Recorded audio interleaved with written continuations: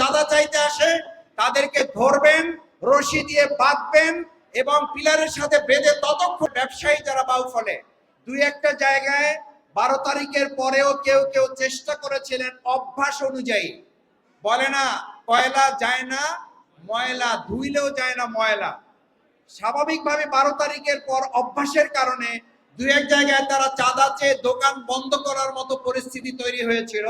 সেখানে আলহামদুলিল্লাহ আপনাদের পক্ষ থেকে সরাসরি আমরা বাজারে গিয়ে, মার্কেটে গিয়ে, ব্যবসায়ীদের কাছে গিয়ে আমরা তাদের সামনে থেকে তাদের দোকান খুলে দিয়ে বলেছি, যদি পরবর্তীতে কেউ মাদক চাইতে আসে, যদি চাঁদা চাইতে আসে তাদেরকে ধরবেন, রশি দিয়ে বাঁধবেন এবং পিলারের সাথে বেঁধে ততক্ষণ রাখবেন যতক্ষণ আইন শৃঙ্খলা রক্ষাকারী বাহিনী না আসে। এই কথা বলার পর মিডিয়ার সামনে, সাংবাদিক ভাইদের সামনে আমরা তাদের দোকান খোলাতে সক্ষম হয়েছি।